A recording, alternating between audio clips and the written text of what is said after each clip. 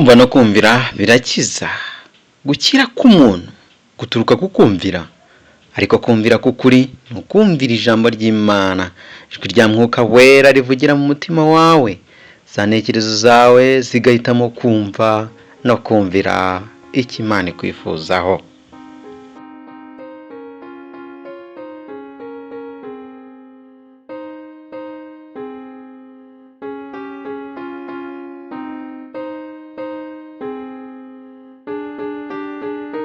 Mvanyene data ndagusuje mu izina rya Yesu Uwiteka duhana umugisha. Tugeze muri mwanya mwiza wo kwigana igitabo cyo gutinyuka gusaba ibirenze. Ubushize twariye hamwe igice cya 6 cyari gifite umutwe uvuga ngo maze abantu banjye nibasenga. Twabonye imbaraga iva mu gusengera hamwe. Twabonye isomo ryiza cyane boneka mu gakabiri go kunguma igice cya 7 umurongo wa 14. Isomo ingiza k'abantu b'Imana nibasenga, ikintu cya mbere bakwiye gukora, bakwiye kwicisha bugufi, bagashaka mu maso y'Uwiteka kandi bagahindukira bakareka ingeso zabo mbi. Mu gihe bagendeye muri uwo murongo, Imana yiba yiteguye gutanga isezerano ryayo nk'uko yabivuze muri iri somo, kizumva gusenga kwabo iri mu ijuru kandi izababarira ibicumuro byabo ikabakiriza igihugu. Mva n'umwene data rero ukwiye kugenda muri uwo murongo uboneka muri iri somo ryo mu gakabiri go kungoma. Ukwiye kwicisha bugufi, ugashaka amaso y'Uwiteka kandi ugahindukira ukareka ingeso zawe mbi. Nuko rero nugenza gutyo Imana izumva gusenga kwawe. Icyisho cy'ubushize twabonyemo n'ibyo umupasiteri witwa Ronald Cruiser. Ronald Cruiser yakoze amasengesho akomeye cyane ndetse n'abandi benshi bakaza gutangira gufatanya nawe, kandi Imana twabonye ko yakoze ibintu bikomeye cyane ku itorero pastor yari ayoboye. Rero nta gukanguka ukomeye mu byo bwamuka kugize kubaho aho ari hose ku isi kutabanjirijwe no gusenga cyangwa se n'amasengesho ahurira n'abantu benshi. Abakristo bashikamye bagasengera kubona ububyutse nibo bonyine. Ububyutse buzanwa n'amasengesho nk'uko twabibonye. Ububyutse nta kindi gishobora kubuzana, ububyutse buzanwa nk'igisubizo cy'amasengesho. Rero mucyo dukoresha amahirwe, mucyo dukoresha impano twahawe, urufunguzo Imana yaduhaye twese twifuze kurukoresha. Aya mahirwe yo gusenga turi mu rwiherero nk'uko twabibonye mbere, buri muntu wese ku giti cye ayakoreshe. N'amahirwe dufite ntituyirengagize gusengera hamwe turi kumwe n'abantu, ntituyirengagize. Rero uyu munsi turarebera hamwe igice cya 7, n'icyisho cyiza gikomeye cyane. Ndararikira umuntu wese kugira ngo azacyumve ngo umutwe wacu uravuga ngo n'uyu munsi Imana iracyakora ibitangaza. Imbaraga ziri mu masengesho asengewe hamwe. Reka mbere ko twiga tubanze twishe bugufi dusenge. Data wa twese uri mu ijuru, uri Imana ikomeye, turarera kuraritse cyane kugira ngo utwereze Mwuka wawe Wera azabane natwe nk'uko wamudusezeranyije ko azatwigisha akabana natwe akatwemeza iby'icyaha. Rero n'uyu munsi turifuza guhindukira tukava mu ngeso zacu mbi. Mana ikomeye, ndasabira buri mwana wese uri kumva iki cyigisho kugira ngo ugendere mu mutima we, ubushake bwawe bwose bwumvikane muri twebwe kandi tugendere mu nzira zawe twicishe bugufi. Kandi Mana yacu wumve gusenga kwacu uri mu ijuru, ngo nubaye natwe muri iki cyigisho rero ukiyoborere, Mwuka w'Imana akiyobore mu izina rya Yesu Kristo, amen. Kandi ndababwira yuko ababiri muri mwe nibahuza umutima mu isi wo kugira icyo basaba cyose bazagikorerwa na Data wo mu ijuru. Aya ni amagambo aboneka muri Matayo 18 umurongo wa 19. Ababiri muri mwe nibahuza umutima muri isi turimo wo kugira icyo basaba cyose bazagikorerwa na Data wo mu ijuru. Bega amagambo meza cyane. Mary Mason hano ajya kutubwira igitekerezo cy'ibyamuyeho we n'inshuti ye. Yatangiye avuga ngo ntabwo nzigera nibagirwa umunsi inshuti yanjye Julie yampamagaye kuri telefone. Si umubyara utari wariyeguriye Kristo imibereho, yendaga gupfa yishwe n'inzara n'indwara itunguranye. Ndakwinginze mfasha dusenge kugira ngo Imana ikore igitangaza mu mutima we igihe kitararenga, nk'uko uko yavuze amutakambira. Uwo ni Julia watakambiraga Mary Mason amwinginga kugira ngo basabire ise wendaga gupfa kandi atarabasha kugira umushyirano n'Imana. Mu bihe byashize nari gufatanya n'inshuti yanjye gusenga turi kuri telefone gusa, nyuma nkisubirira ku kazi. Ikindi kandi n'ubundi muri ibyo byose umpangayikisha ni Julia, kuko njye ubwanjye uwo se ntago muzi. Nyamara uwo munsi Imana yakanguriye ubwenge bwanjye gukora ibirenze.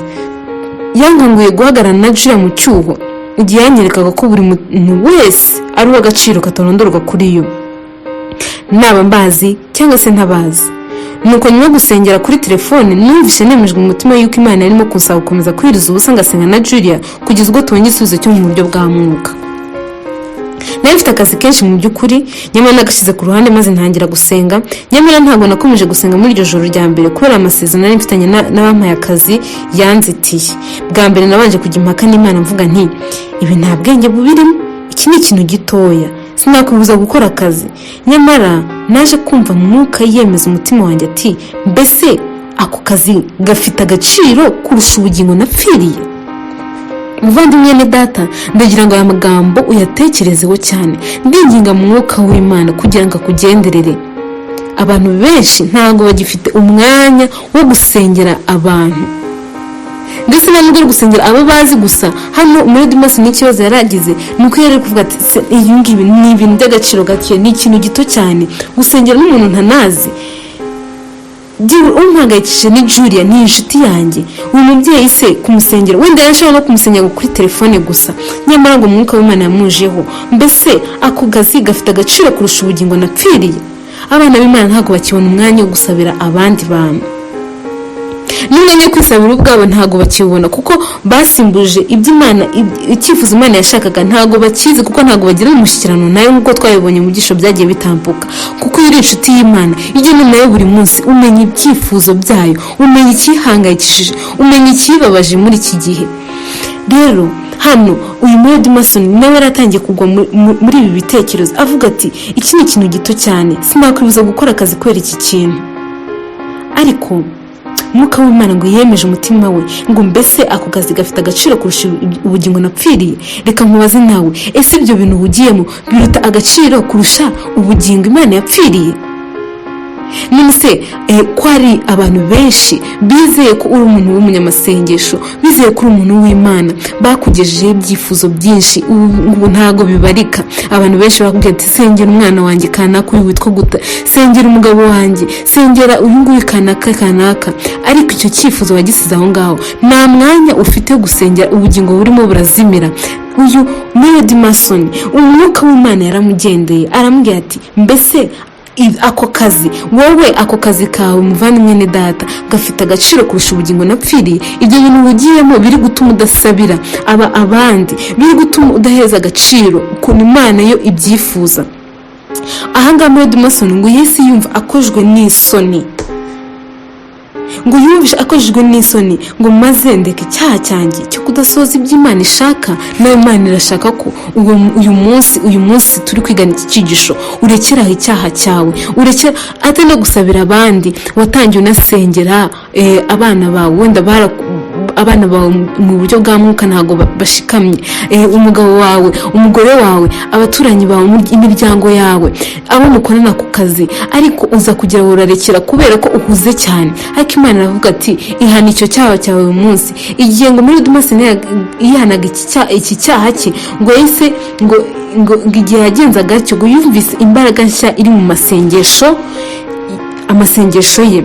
Ngo ijoro ryakurikiyeho kimwe n'indi minsi yose yakurikiyeho, ngo nasenganye na Julia ubutadohoka. Mbega urukundo Imana ishaka ko abana b'iki gihe, abana bayo b'iki gihe bakundana. Ngo yaje gufatanya na Julia bakorana aya masengesho ubutadohoka. Ngo bisa naho tutigeze duhagarara, turimo gusaba iki gitangaza. Ngo rwari urugamba rukomeye rw'iby'umwuka, kandi hari aho byageze njye na Julia ducika intege, twumva dushaka kurekera aho ngaho. Nk'uko wenda ushobora kuba waratangiye, umuntu yaguhaye icyifuzo ati sengera uyu muntu, sengera uyu muvandimwe, uratangira urasenga, nyamara uza gucika intege. Ndetse n'uwo nguwo wagusabye icyo cyifuzo aza gucika intege, ntumwamenye igihe byarangiriye. Kandi nawe wasengeye umwana wawe, wasengeye umuvandimwe wawe, ariko uza gucika intege, urekera aho ngaho. Ariko Imana irifuza ko dusenga mpaka. Nyamara Imana yaje kumva amasengesho ya Dimas n'uyu Julia. Ruba ari urugamba rukomeye cyane. Intsinzi iboneka mu kugwa mu masengesho abantu basenga. Imana iraturarikira twese guhuza umugambi wo gusenga twimbitse kandi dushikamye. Ntiturarikira gusengera ikintu runaka gusa, ahubwo iradusaba gusenga mpaka dusubijwe. Imana ntabwo yifuza abantu babashyitse ku isengesho baza bakahita bigendera. Abo twabonye mu gihe cyashize ngo baza huti badafite umwanya wo kumara igihe imbere y'Imana, baza ari abashyitsi b'isengesho. Imana irashaka abantu biteguye kuza bakayinambaho mpaka. Uyu muri Mason baje kugera igihe barasubizwa, kandi basubizwe se wa Julie atarapfa, ngo byasabye ko bamara igihe kinini biyiriza ubusa, ariko intsinzi iraboneka. Twese rero dusobanukiwe n'icyo gusengera ikintu runaka bisobanuye. Igihe dusengera ibyo kurya, igihe dusengera kuba amahoro, igihe turi mu mihanda, igihe dusengera amasomo cyangwa inama, igihe dusengera inshuti zacu n'abo dukunda, igihe tunasengera ibindi bintu amaso yacu ari bubone uyu munsi. Ibintu nuko tubisengera ngo bigenda uko byakagenze n'ubundi. Nyamara gusenga mpaka bisobanuye bitya: niyemeje gusenga no gutitiza mu kwizera kugeza ubwo nzahabwa kunesha, cyangwa kugeza ubwo nzabona igisubizo kije. Ayo niyo uko niko umuntu utari umushyitsi ku isengesho akwiye kugenza. Niryo vugurura dukeneye muri iki gihe. Dukeneye gusengera mpaka kugeza ubwo tubonye igisubizo kije. Gusenga mpaka ntibyoroshye kubera ko tugomba kwiyemeza guhatana igihe kirekire, igihe gishobora kungana n'imyaka runaka, ariko bamwe usanga n'ukwezi batakwihanganira. Ikindi kintu gikomeye ni uko tugomba kuba twiteguye kureka icyaha cyose tuzi cyatubera inkomyi. Icyaha nk'uko rya somo twabonye rwa kabiri rwo ku Ngoma kijya kari mu murongo wa 14, twabonye neza ko kuba twiteguye guhindukira tukareka ingeso zacu mbi. Rero tukwiye kuba twiteguye gukuraho icyaha cyose kitubera inkomyi. Nyamara igihe dufite ubushake bwo gusenga mpaka, twaba dufite umutima witanze rwose, Imana izasubiza, izaduha ibisubizo. Mu gihe neza wizeye ko uri mu murongo w'ijuru, mu gihe uzi neza ko ibyo Imana yavuze byose uri mu murongo wabyo, mu gihe uzi neza ko wicishe bugufi kandi gushaka amaso wite, kandi ingeso zawe mbi waziretse. Tegereza kandi ukomeze utitirize mpaka igisubizo cyawe kizaboneka. Ariko mu gihe neza uzi ko utarava muri izo ngeso zawe mbi, mwene data, senga Imana iguha imbaraga yo kunesha. Senga Imana igushoboze, kuko uracyafite inkomyi mu rugendo. Ibyahumetswe bidutera umwete muri aya magambo: isengesho risenganye umutima utarimo uburyarya rizabona igisubizo. Abantu benshi ikibazo dufite ubu ngubu, abantu benshi bari gusengana uburyarya mu masengesho yabo, barimo barasenga baryarya Imana. Ntabwo ari inshuti z'Imana, nta bushuti bafitanye n'Imana, kuko barayihemukira. Ntabwo bakora ibyo Imana ikunda, ntabwo barimika Mwuka Wera mu bugingo bwabo, baracyafite kwiyobora, ntabwo baricisha bugufi, kamere iracyabayoboye. Niyo mpamvu Imana iri kuvuga iti isengesho risenganye umutima utarimo uburyarya niryo ryonyine rizabona igisubizo. Mu gihe twiga isengesho, mu gihe twigana iki gitabo, muvandimwe, aya magambo yazirikane. Niyo mpamvu dukeneye kujya imbere y'Imana dutitiriza muri iki gihe cya nyuma, kugira ngo amasengesho yacu ataba arimo imyanda, ataba arimo ubu buryarya. Gishobora kuza mu buryo bunyuranye no kubyifuza, mu gihe neza nta buryarya ufite muri wowe, ariko ukajya imbere y'Imana igisubizo cyawe kigatinda. Gishobora kuza mu buryo bunyuranye rwose no kubyifuza, cyangwa mu buryo kinyuranye n'ibyo wifuzaga, ariko nyamara kizaza mu buryo ndetse n'igihe bikwiriye, ku buryo kizahura n'igihe ugikeneyemo. Wowe tegereza gusa, ugume ku isengesho mpaka. Uwitwa Wesley Dewe yaranditse ati: mbese abigishwa bagomba gutinda muri Yerusalemu igihe kingana giti? Ni ukugeza igihe bari kuba bambitswe imbaraga ziturutse mu ijuru. Ayo ni amagambo aboneka muri Luka igice cya 24 umurongo wa 49. Bagombaga gutinda mpaka kugeza igihe bahawe izo mbaraga. Reka dutekereze kuri Mose. Mbese Mose yamaze igihe kingana iki azamuye amaboko aherekeje ku Mana asenga? Nusoma muri Kuva igice cya 17 umurongo wa 13, hejuru uzabona ko Mose yamanikaga amaboko bakanesha, ariko yamanura bakaneshwa. Kandi Mose uzabona ko muri icyo gice ngo Mose yamanitse amaboko atangira kunanirwa, maze ba Aroni na Huri barayaramira ngo baramufasha. Urumva, ariko uko biri kose ntago bari kubona igisubizo iyo amaboko atari kuba azamuye. Muvandimwe data, ushobora kuba wumva unaniwe, ariko hari abantu ba Aroni na Huri bagomba kuza bakaramira ayo maboko. Niyo mpamvu tugiye kwigana iki gisubizo cy'imbaraga z'amasengesho asengeye hamwe ababiri muri mwe nibahuza umutima. Nukuri Aroni na Huri bari basobanukiwe neza ko igisubizo cyo kugira ngo bakomeze kunesha abo bemereki nuko bari gukomeza, nuko Mose yari gukomeza amaboko ye azamuye. Rero muvandimwe data, amaboko yawe ntabwo akwiye kumanuka, ntabwo ukwiriye kurekera mu rugamba rw'isengesho, ahubwo ukeneye gukomeza ugahatana mu isengesho, kuko Mose yamaze igihe kinini azamuye ukuboko, ngo byagejeje ngo mu gihe cy'izuba, kugeza izuba riri kurenga ukuboko kukizamuye, kuko iyo kuza kumanuka gatoya bari kwita baneshwa. Rero amaboko ya Mose yagombaga kuba azamuye hejuru kugeza igihe abemereki rwose bari gutsindwa bose bagashiraho. Natwe rero muri iki gihe cya nyuma dukeneye gusenga mpaka abemereki batsinzwe. Mbese turebe kuri Yosuwa amaze igihe kingana iki atunze icumu kuri Ayi mu gihe ingabo zari zateye. Yosuwa yagejeje igihe Yeriko yaririmbuye rwose. Usomye muri Yosuwa igice cya 8 umurongo wa 26, yagejeje igihe Yeriko yaririmbuye rwose. Reka turebe kuri Eliya. Mbese Eliya yamaze igihe kingana iki apfukamye asengana umwete nyuma y'amapfa y'imyaka 3 n'igice. Eliya yagejeje igihe ibicuku byari bimaze kwirama mu kirere. Urwa mbere rw'Abami igice cya 18 umurongo wa 44. Katurebe no kuri Yesu, dukora urugero rwacu. Mbese Yesu yamaze igihe kingana iki asengera i Getsemani. Tekereza nawe, yagejeje igihe Satani yari amaze gutsindwa, nibwo ubwonye yahagurutse amaze guhabwa imbaraga. Mbese turebe ku bigishwa bo, abigishwa bamaze igihe kingana iki basengera mu cyumba cyo hejuru. Mwirize mubona umwigisha wabavuyemo agasohoka akagenda? Bose bagiye hamwe barasenga, ngo kandi bagejeje igihe Mwuka Wera yarabajeho, nibwo bahagurutse bakagenda. Rero hatitawe ku icyo dusaba icyo ari cyo, mbese tuzaba tugomba kumara igihe kingana iki dusenga. Niba Imana yari yatubuyoboye kugusaba icyo dukeneye gihuje n'ubushake bwayo, dukwiye gusenga kugeza aho igisubizo kibonekeye. Niba uzi kuri gusenga mu bushake bw'Imana, kuki umanura amaboko? Kuki utakomeza kuguma ku mavi usenga? Gusenga mpaka gushobora kugera ku ntego gusa igihe dushinze imizi mu ijambo ry'Imana. Reka abana b'Imana bajye mu ijambo ryayo. Ibi ntibisobanuye ko intego yacu isumbiye Imana, oya rwose, ahubwo ni icyizere dufite mu budahemuka bwayo. Ntidukwiye gushira Imana ubukene bwacu tugira ngo turebe niba izasohoza ijambo ryayo, ahubwo tuyibushyira kugira ngo izarisohoza.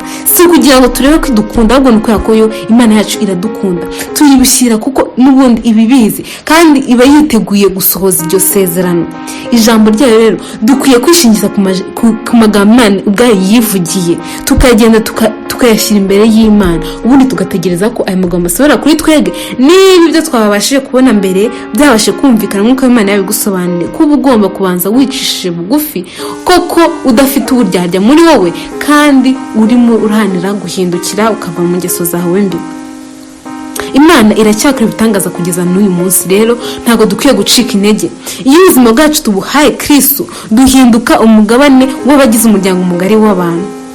Imana yigeze iteganya yuko tuba mu matsinda y'abantu batagira aho bahurira n'abandi. Imana abantu wenda bajya bumva bagomba gusenga ku giti cyabo, ariko Imana hari abana b'Imana Imana yashimye n'abandi dusenga. Tugomba kuba ihuriro ry'abantu rigizwe n'abantu benshi bakorera mu bumwe kugira ngo bahendahende, batere umwete kandi bakwirakwiza ubutumwa bwiza. Iri huriro rigomba nanone guhindura uburyo bw'imisengere dusanganywe. Nshuti muvandimwe, hari ikintu Imana yagiye ikora muri bino bihe bya nyuma, yagiye ihuza hamwe abantu bayo. Muvandimwe, byaba ari akaga gakomeye cyane ukiri kugendana n'abantu mudahuje uru rugendo, utarabona abantu mukomezanyije uru rugendo. Abana b'Imana bari kugenda bahurizwa hamwe, ni agatangaza gakomeye cyane ukuntu bari kugenda bahurizwa hamwe. Ariko nubwo abana b'Imana bari kugenda bahurizwa hamwe, hakenewe guhinduka mu buryo bw'imisengere dusanganywe dufite.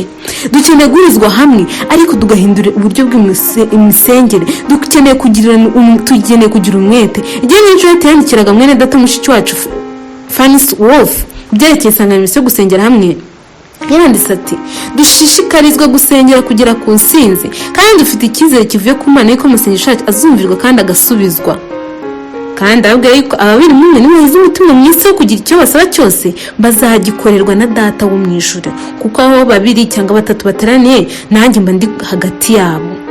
Rero iki ni ikintu dukwiye kuzirikana, n'amagambo Imana yivugiye, kuko ababiri nubwo umwe yaba ari hano mu Rwanda, nubwo undi yaba ari muri Amerika, ariko mu gihe bahujije umutima hano mu isi wo kugira icyo basaba, bagomba kwizera ko bazagikorerwa na Data wo mu ijuru mu gihe bari mu bushake bw'Imana nk'uko twabibonye.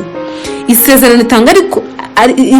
ritangwa ariko risaba yuko amasengesho aba ahuriweho n'abagize itorero, kandi mu gisubizo cy'amasengesho nk'aya hashobora kwitegura imbaraga ikomeye kuruta yayindi iza mu gisubizo cy'isengesho ry'umuntu umwe wiherereye.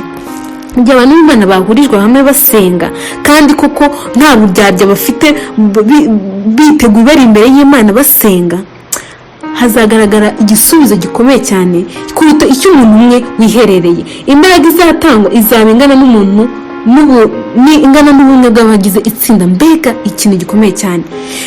Aya magambo mukwiye kuyazirikana. Imbaraga izatangwa izaba ingana noneho n'ubumwe bw'abagize itsinda, kandi izaba ingana n'urukundo bakunda Imana n'urwo bakundana hagati yabo. Mbega ukuntu abana b'Imana bari guhurizwa hamwe. Abana b'Imana mwamaze guhurizwa hamwe, mufite icyifuzo kimwe cyo gusengera guhabwa umwuka w'Imana, kunesha, mufite ibyifuzo bigiye bitandukanye, ariko Imana irashaka ko mugirana urukundo hagati yanyu mwese uko mungana.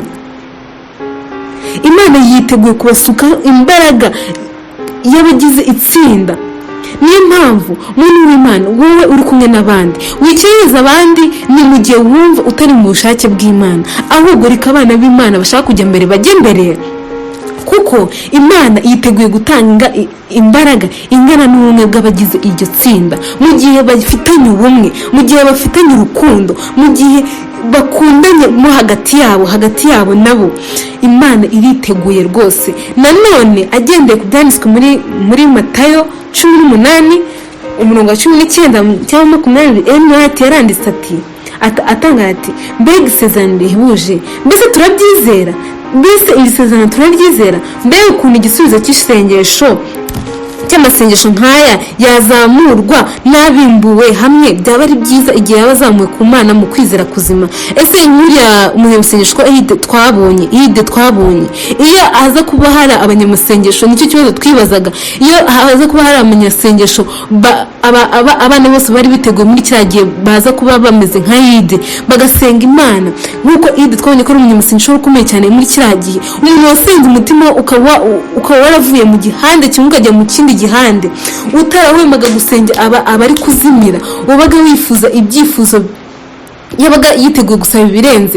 Iyo abana b'Imana bose baba biteguye gusaba ibirenze nka kuriya kwa Yide, ese Imana iba yarakoze ikintu kingana giti? Rero Imana irifuza ko abantu bose bari guhurira hamwe mu matsinda, abantu bose bagirana urukundo hagati muri bo, kandi bose bakitegura gukuraho inkomyi yose, he kugira umuntu bigisitaza ku tsinda arimo, ahubwo abantu bose nibitegure ko Imana iraza gusubiza mu gihe bose bari mu murongo umwe. Rero reka mbabwire inkuru itangaje ibyabereye kuri Vietnam mu bihe bitari ibya kera. Nyuma yuko bakiriye ibyishimo biva ku Mana mu mibereho yabo, umupasiteri w'umukorerabushake Han n'abagize itorero ryo mu rugo biyemeje mu mutima yabo ko bakwiriye kwiriza ubusa bagasenga kubw'ibirorero byari bitaragerwamo ubutumwa bwiza aho muri Vietnam. Mukurikira igitekerezo cyiza cyane. ni ibintu byabayeho kandi ibi bintu Imana yishimye ko, kuko hari abantu bafashe ijambo ry'Imana barayirungurura nk'uko twaribonye, bafata biriya bitekerezo bafata iriya mibereho yose abantu b'Imana bagiye bakorerwa ibitangaza nijoro, maze barabiyungurura bibwira ko Imana yari iri kera atari ko iri muri iyi minsi. Ariko Imana ishimye ko twongera tukareba ibitangaza by'Imana muri iki gihe, ibitangaza biri gukorerwa abantu b'Imana muri iki gihe, abantu bari muri iki kinyejana cyacu. Iki kintu cyabaye hano muri Vietnam, ngo aba batangiye gusenga bibanda ku kiraro cyari kiri muri birometero hafi 141. Ngiki kiraro kitabagamo n'umukristo n'umwe, ngo bahisemo icyo kiraro kubera ko wari umujyi ukomokamo n'umwe mu miryango yari igize iryo tsinda. Uwo muryango wa Wins wari ufite bene wabo bose batahindutse, bakaba barifuzaga gukiriza umwami Imana. Nuko Pastor Henz umuryango we n'uwo wa Wins n'abagize itorero ryo mu rugo batangira gusenga. Aba batangiye gusenga ntihashize igihe kirekire, maze nyirasenge wa Wins umukobwa witwaga Yen wababazwaga na kanseri yo ku nkondo y'igifu aza mu mujyi wabo azanywe no kwivuza. Ubwo batangiraga gusenga haje kuboneka umukobwa wari urwaye kanseri yo ku nkondo y'igifu. Mwishwa witwa Bwana Wen ararekera Yen kuza mu itorero rya Pastor Henz ryo mu rugo aho bahuriraga buri sabato. Yaraje maze ahumvira ibya Yesu Kristo, maze banamuha Bibiliya ye bwite. Mukurikire ngo Yen yashimishijwe no kwakira Kristo n'umukiza we bwite, kandi buri wese yarishimye, by'umwihariko Bwana Wen na madamu we. Nyamara kubera ko Yen yari ageze ku rwego rwa nyuma ngo kanseri muhitane, muganga ntacyo yabashije kumukorera. Ibyiringiro by'urukundo byari bishingiye ku muganga mukuru. Nuko abagize iryo torero ryo mu rugo bagira umwete mwinshi wo gusenga basaba gukorerwa ibitangaza. Kanseri yatumye Yen aba atagishobora kurya, nyamara kwifuza kurya ijambo ry'Imana ubudatuza byamuhaye gukomera. Yen rero amaze ibyumweru 2 muri uwo mujyi, yasubiye mu muryango we mu kiraro cy'iwabo. Nyamara yarushijeho kuremba. Yen ngo yarushijeho kuremba, nyamara aba bantu bari bafatanyije bamusengera. Ngo nyuma hafi y'ukwezi kumwe muramukazi wa Yen yahamagaye Pastor Hen amubwira inkuru ibabaje yuko yendaga gupfa. Kwa mukobwa yendaga gupfa. Aha hantu rero hano basengeraga mu cyumba basengeragamo cy'amasengesho, baje kumenyesha umupastor waho ko Yen yenda gupfa. Umuryango wa Wins ufatanyije n'itorero ryabo ryo mu rugo bari barakomeje gusengera Yen, ntabwo bigeze barambirwa, ahubwo ngo bakomeje kumusengera nawe mu kiraro cy'iwabo. Nyamara igihe bari bamaze kumva inkuru, bahise bateranira gusengana none umwete, batitiriza basaba Imana ngo itabare. Ntabwo baciye intege nuko wenda bari barakomeje kumusengera nyamara byagaragara ko yenda gupfa, ahubwo ngo barakomeje basenga none baratitiriza ngo Imana itabare. Basenganye umwete mu gihe cy'amasaha 2 basaba gusorezwa Zaburi ya 30 kubw'ubugingo bwe. Dore abana b'Imana basenga bishingikirije kuri Bibiliya, ijambo ry'Imana ku magambo Imana yivugiye. Mbese babazaga Imana bati, mbese nureka Yen agapfa ninde uzaguhimbaza muri uyu mudugudu? Ku iherezo ry'isengesho ryabo biyumvisemo amahoro n'ibyiringiro ko Imana iri bumukize. Dore abana b'Imana batarabashyitse ku isengesho, kuko bari abana b'Imana basomye ijambo ry'Imana, bari bazi ubushake bw'Imana, bari batangiye basengera iki kirorero. Nuko baza kubona babona umukobwa. Ese uyu mukobwa si Imana yari mwoherereje? Bamenye rero ko ari ubushake bw'Imana kuba uyu mukobwa yari avuye muri kiriya kirori aje, maze bamenye ko Imana hari icyo Imana yateguye, kuko babaga mu ijambo ry'Imana basenga. Nuko babona Yen araje kandi yenda gupfa, nuko baravuga ati Imana igomba gukora igitangaza kugira ngo ikize abaturage bo muri kiriya kirorero. Nuko rero Yen barasenze maze bagira ibyiringiro, kuko baritiza, kuko barimo barasenga mu bushake bw'Imana, biringiye ko Imana iri bugire ikintu ikora. Nyuma yuko, kuko baribazaga bati Mana, ese wakwibuza gukiza uyu muntu umeze gutya kandi uzi neza ko azaguhimbaza muri uyu mudugudu, bakamenya ibitangaza byawe bakakuramya? Nyuma yuko bafashe undi mwanya wo gusengera hamwe ku munsi wakurikiyeho, Pastor Hen yahamagaye kuri telefone agira ngo amenye niba Yen ari koroherwa. Mbega urukundo abana b'Imana bakeneye kugira muri kino gihe, ngo urukundo bakundana hagati yabo, urukundo bakundana hagati yabo. Ese wowe wumva urukundo ukunze abavandimwe mufatanyije urugendo rugeze hehe? ese si wowe bahereza icyifuzo cy'uko umuntu arwaye mu buryo bwa mwuka, arimo aratakaza imbaraga, umuntu avuga ati ndimo ndatakaza imbaraga muvandimwe nsabira, ariko wowe ukicarira. Nyamara ngo uyu pasitoro bakomeje bagerageza guhamagara kuri telefone kugira ngo bamenye ukuntu Yene ari koroherwa. Yatahuye ko yataye ubwenge muri icyo gihe, noneho ngo Yene yari ageze mu bihe muri ka ikomeye cyane, ngo yari yamaze guta ubwenge, ari muri koma, akaba ari no mu marembera. Abantu bashobora kwihangana noneho bageze kuri kino kigero, mu gihe noneho bari kumva umuntu ari muri koma, mu gihe bari kubona, mu gihe hari igihe tubona ko umuntu twasengeraga noneho byakabije, yamaze kuba umupfumu bya mwuka, ariko twebwe ntabwo ari twe tugena, Uwiteka niwe ugena. Twe icyo dusabwa no gukomeza gusenga. Uyu pastor ntabwo bigeze bacika intege, nubwo batahuye ko ubwenge cyangwa se uyu basengeraga yaguye muri koma. Ngo igihe yavuganaga na muramukazi wa Yene utari umwizera, ni umuntu utarasengaga iki ngiki mu kizirikane, ngo yaramwinginze cyane ati mbese ukunda Yene? Niko yamubajije, aramubwira ati niba umukunda ntega amatwi. Yavuze akomeje ati tumaze igihe dusenga dusanga Imana imukize. Pastor yari akizeye neza ko adashidikanya ko ibyo Imana asabwa gusoheza amasezerano aboneka muri Zaburi 30, yizeye neza ko Imana igomba gukiza Yene kuko byari mu bushake bw'Imana.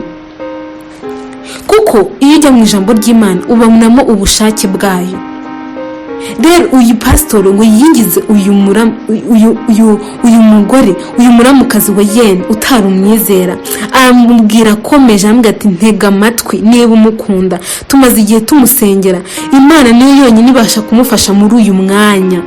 Ibyo bindi byose mubireke, Imana yonyine niyo ibasha kumufasha muri uyu mwanya.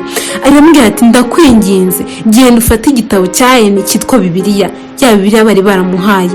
Aramubwira ati genda ufate icyo gitabo urambure muri Zaburi ya 30, fukama iruhande rwa Yene. Ariko umuntu atekereza umuntu yabwiraga ko atari umwizera kandi ataramenyereye ikintu cyo gusenga. Ariko murebe imbaraga z'umunyamasengesho, umunyamasengesho wizeye kandi utari umushyitsi ku isengesho. Nubwo atarari aho hantu, ariko yarakomeje abwira uyu muramukazi ati pfukama iruhande rwa Yene maze uyasome. Nubwo atarazi gusenga, uwo mugore yambwiye ati pfukama iruhande rwa Yene usome ayo magambo, ugende ushyira izina rya Yene muri iyo mirongo. Kubera igihe gito dufite ntabwo turabasha gusomera hamwe Zaburi ya 30, ariko uzayisome. Arambwira ati nawe soma ayo magambo, ugende ushyira izina rya Yene muri iyo mirongo. Avuga mushimangira yuko Imana ishobora kumukiza no kumugarurira ubuzima. Ku rundi ruhande rwa telefone habaye guceceka. Igihe pastor Yene yarambikaga telefone, ntabwo yari azi neza niba muramukazi wa Yene agiye gukora ibyo yamusabye cyangwa se ataraza kubikora. Nyamara abagize iryo tsinda bo barakomeje guhurira hamwe basenga biringiye Uwiteka. Ega abanyamasengesho, mbega ukuntu turi abashyitsi ku isengesho dukeneye guhinduka. Iminsi mike nyuma yaho, Pastor Yene aherekejwe n'umuryango wa Wins bagiye gusura cya kirorero umuryango wa Wins ukomokaho. Basanganiwe n'urusaku rw'ibyishimo, amen. Basanganijwe n'urusaku rw'ibyishimo ngo abantu bari barimo na Yene wari warakize icyo gihe. Basanganirwa na muramukazi we n'abandi bantu benshi bahoze batarabizera, bose basengeza Imana. Ese ibi bintu muri kwenda koko kuba abantu b'Imana basenga baba bazi ubushake bw'Imana? Bwari ubushake bw'Imana ko Yene agomba gukira, kuko bari batangiye amasengesho basenga ko iki kiroro gikizwa. Baza kubona umukobwa uje, maze babona ko ari ubushake bw'Imana ko Imana igomba kumukiza kugira ngo kibe kibwirizwa ku bandi bantu. Bari bazi neza ko Imana yifuza ko abana bayo bakira. Rero nuko umuramukazi we atangira kuvuga ati hashize umwanya muto Pastor Hana uhamagaye Yene yerekeye aho guhumeka. Iki gihe cyagiye Yene yahise arekera aho guhumeka. Nari narangije kumwuhagira. Uyu muramukazi we yatanze ubuhamya avuga ati njyewe ibi ni ibintu byabaye ku bantu abangaba bari muri iki kinyejana cyacu, natwe byatubaho. Niyo mpamvu Imana ishimwe cyane yuko yemera ko ibitangaza n'ubu ngubu bigikorwa kugira ngo abana b'Imana babone ko nta rwitwazo bazagira, ahubwo urufunguzo rw'Imana yarabahaye banze kurukoresha. Iki gihe rero ngo uyu muramukazi ngo yaranje kumwuhagira. ngo yari yamaze gutegura ikanzu yo kumushyingurana ngo ayimwambike, maze ngo yibuka amagambo Pastor Hen yari yamubwiye kuri telefone. Uyu muntu utari umwizera yaje kumva akeneye rwose, yaje kurusha abantu babizera benshi bamaze igihe mu itorero, bamaze igihe bigisha isengesho, aza kubarusha kwizera, kuko mu iki gihe ngo yibutse amagambo Pastor Hen yamubwiye kuri telefone, maze ahindukirira Pastor Hen ahindukira Pastor Hen amubwira afite ibyishimo byinshi ati, nta byiringiro nari nsigaranye uretse gukora ibyo wari wagambiriye. Nyuma yo gukora ibyo wari wambwiye, cyagiye amaze gufata Bibiliya, amaze gusenga, Yen ngo yatangiye kwikuraho uburingiti yari azingiyemo abushyira ku ruhande. Mbega ibitangaza! Yen ngo yese atangira ngo kwikuraho uburingiti. Twiga dusoma mu ijambo ry'Imana, abantu bayunguriye Bibiliya ijambo ry'Imana, abantu barazukaga, abantu kandi Imana ikazura abantu haba mu by'ububiri no mu by'ubugingo, byari birema bikagenda bigakira na kamere y'icyaha, ariko bafite amaso yahumye bagakumuka. Ariko abantu b'Imana baragenda bayungura Bibiliya ijambo ryayo, nuko batekereza ko Imana itagikora. Ariko mutekereze cyane kuri iki gitekerezo, ibi bintu byabaye kuri aba banyamasengesho. Ngo Yen yahise ngo azunguza, yatangiye kwikuraho uburingiti bwe yari izingiyemo abushyira ku ruhande. Uyu muramukazi we ngo aramwitegereje ngo atange, kandi afite ubwoba, ubwo nabonaga atera uburingiti imigeri ifite ingufu agira ngo abwikize. Nuko areguka aricara, sinashobora kubyumva kuko yari amaze ibyumweru 2 ateguka aharyamye, asaba ko bamuha ibyo kurya, nuko ngo ararya. Ibi ni igitangaza bantu b'Imana. Iki ni igitangaza gikomeye cyane Imana yakoze, ariko igitangaza ni Imana yiteguye kubikorera abantu bari gusenga mu bushake bwayo, bari kwiga ijambo ry'Imana, bakamenya ubushake bw'Imana, bakagenda nk'uko Imana ijambo ry'Imana rivuga, bagahindukira bakareka ingeso zabo mbi, nuko bagasenga kandi bakagera kwizera yuko Imana yumvishe gusenga kwabo. Ngo ntabwo Yen yazutse gusa, ahubwo yanakijije indwara ye rwose. Muri iki gihe abantu benshi tuzi ko kanseri idashobora gukira, ariko mu bushake bw'Imana, muri ubu bushake bw'Imana, uyu Yen yarakize kandi akira, yakize no mu burwayi yari arwaye. Ngo bahereye kuri uru rugi rushya rwari rubakingukiye, Pastor Hen n'umuryango w'abahinzi bafatanyije n'itorero ryo mu rugo batangiye kwigisha icyo kirorero. Muri kubona ukuntu Imana yari ifunguye umuryango, bwari ubushake bw'Imana kugira ngo iki gikorwa kibe.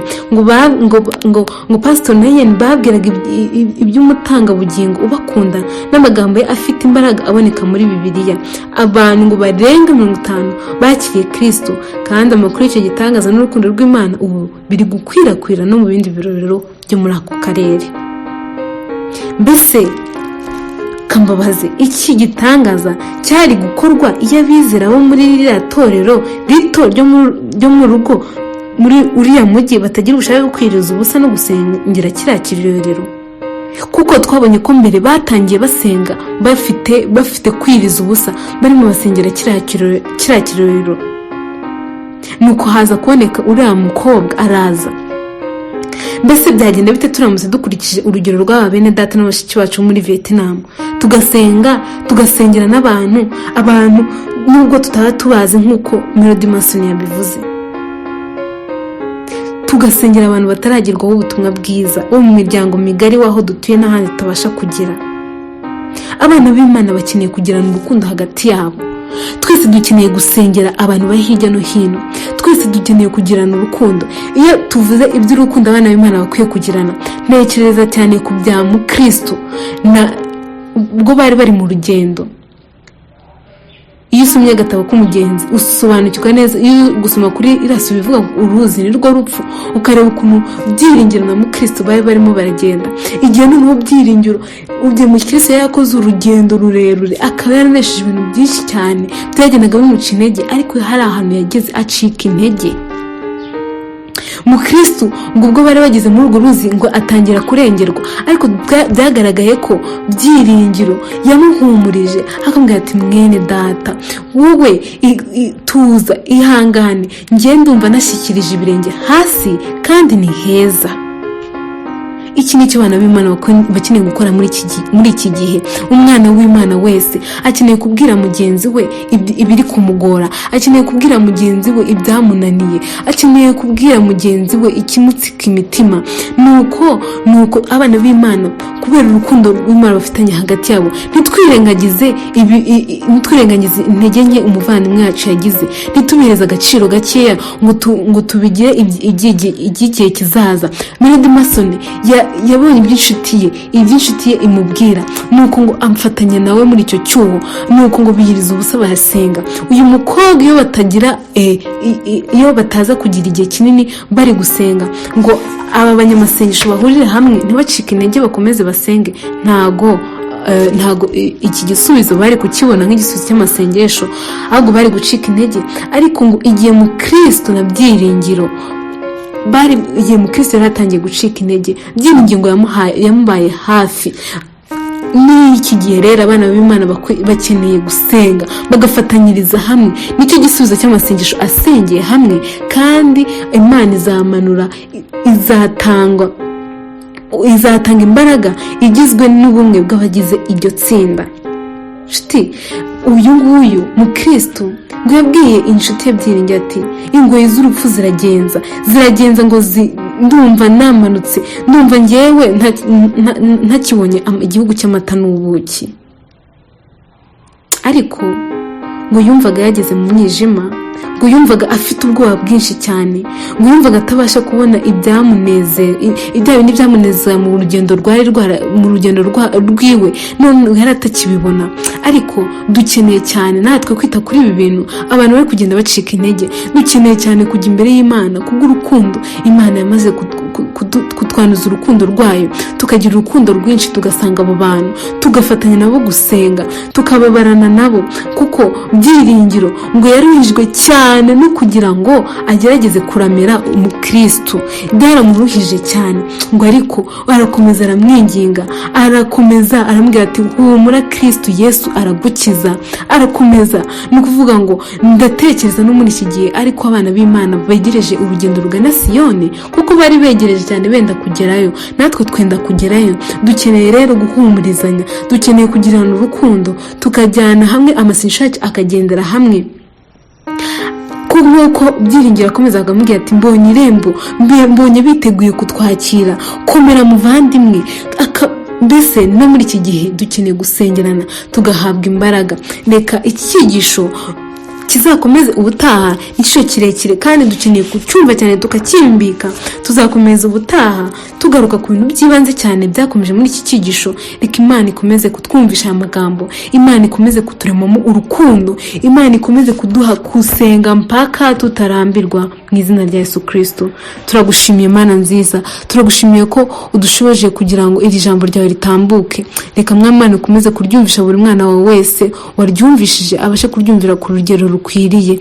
Reka Mwami uturinde gucogora no gucika intege. Reka dukomeze abandi bantu intege nke dufite, utwongerera imbaraga, maze natwe dukomeze Mana duhana imbaraga, dukomeze kugirana urukundo, ukomeze kudufasha hagati yacu muri twebwe, dukomeze dusenge dusaba gusukirwa Mwuka Wera, kandi nawe witeguye kumudusukira, kuko wavuze ngo tumusabe tuzamuhabwa, tumushake tuzahamubona. Rero komeza kubana natwe mu izina rya Yesu Kristo, amen. Kumva no kumvira birakiza. Gukira k'umuntu guturuka ku kumvira, ariko kumvira k'ukuri mu kumvira ijambo ry'Imana, ijwi rya Mwuka Wera rivugira mu mutima wawe, za ntekerezo zawe zigahitamo kumva no kumvira icyo Imana ikwifuzaho.